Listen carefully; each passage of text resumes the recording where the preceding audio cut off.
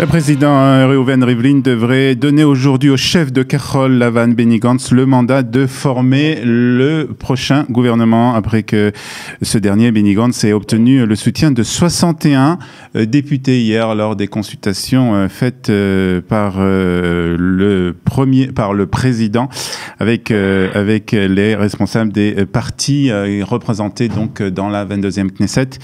Et pour parler de ce sujet, nous sommes ce matin en ligne avec Jonathan Alexandre. Bonjour. Bonjour.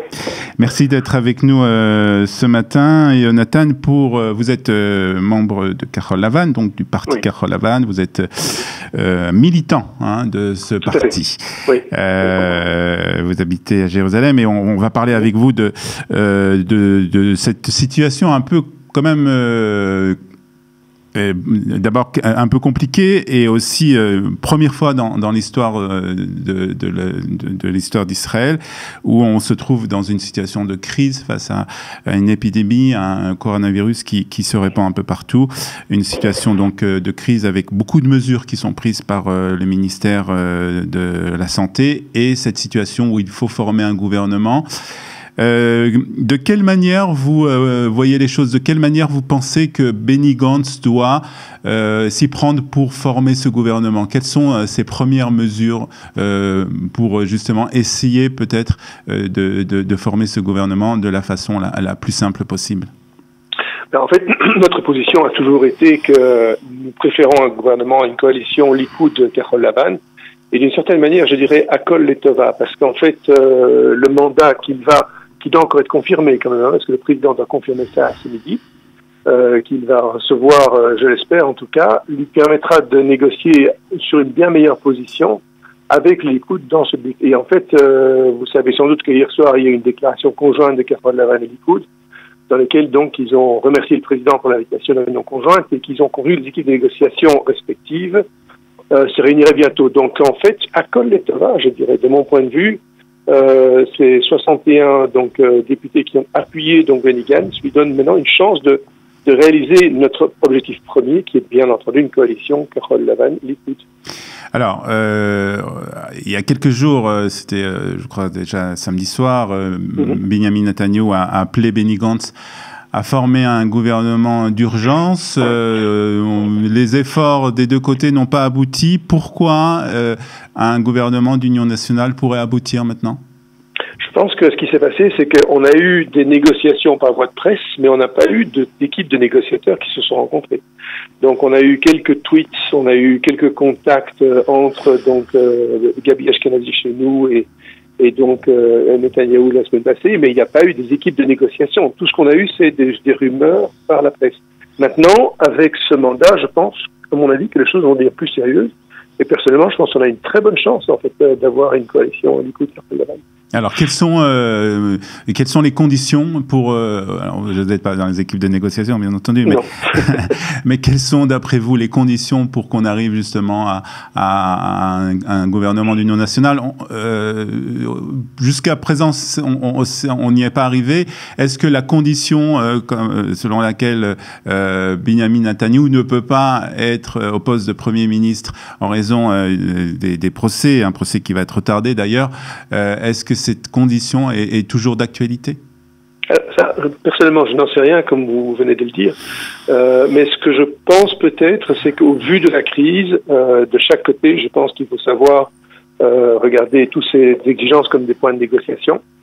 J'ai remarqué dans le Jerusalem Post de hier matin, Netanyahou a apparemment déclaré que sa suggestion, c'était de faire un gouvernement de 6 mois, Kachol Lavan, Likoud, dans lequel lui, les postes répartis équitablement, il ne pourrait pas révoquer les ministres de Kachol Lavan et Kachol Lavan ne voterait pas contre un gouvernement où lui serait en charge pendant 6 mois.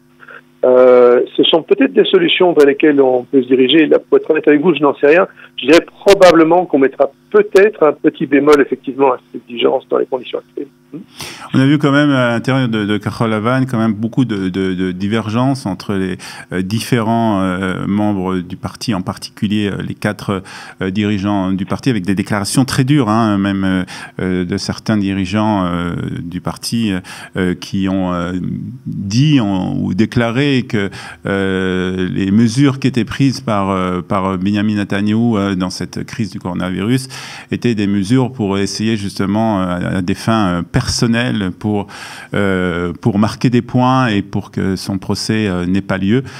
Est-ce que lorsqu'il y a eu ces déclarations, est-ce qu'on peut imaginer quand même qu'après ces déclarations, après ce qui a été dit, ces personnes, ces hommes politiques puissent siéger dans le même gouvernement, dans la même coalition ? Oui, je pense que oui. D'abord, pour plusieurs raisons. Nous ne sommes pas du tout un parti du culte de la personnalité, où donc en fait on a des idées que nous voulons faire passer. Et l'une des raisons pour lesquelles il y a effectivement des discussions dans le groupe, c'est qu'en fait une de nos priorités, c'est la moralisation de la vie politique. Et c'était pas dirigé contre une personne en particulier. Mais bon, nous sommes dans une situation tout à fait différente aujourd'hui. Donc en fait, je pense que dans ces circonstances, oui, je peux très bien les imaginer travailler ensemble. C'est vrai que le fait que l'une des premières décisions prises après le discours d'avant-hier soir, donc de Benjamin Netanyahou, était d'annuler tous les comparutions en justice. Bon, ça a fait beaucoup jaser dans le parti, on va dire comme ça. Mais bon, nous sommes dans une crise, et aujourd'hui, donc il faut savoir mettre ça derrière nous et avancer. Si ces négociations concernant un gouvernement d'union nationale n'aboutissaient pas, est-ce que vous voyez Benny Gantz former un gouvernement avec un soutien, que ce soit un soutien intérieur ou extérieur, de la liste arabe unifiée? C'est quelque chose d'imaginable? Il y a 3 possibilités en fait. Donc, ou soit nous avons une coalition, donc Likoud, Kachol Lavan, c'est ce que nous espérons, et aujourd'hui on va pouvoir, personnellement je pense qu'on va y arriver. Soit on fait un gouvernement minoritaire, ou troisième solution, c'est la 4e élection, ce qui est inimaginable dans la situation actuelle. Donc je dirais que la solution de backup reste bien entendu, effectivement, celle que vous venez de décrire, que personnellement je n'espère pas, parce que ce serait pas un gouvernement stable, parce que en cas de crise, on ne peut pas fonctionner avec un gouvernement minoritaire probablement. Mais les 4e élections seraient probablement une alternative encore bien pire. Et donc, oui, je pense que dans ces conditions, on irait probablement rester plus sur.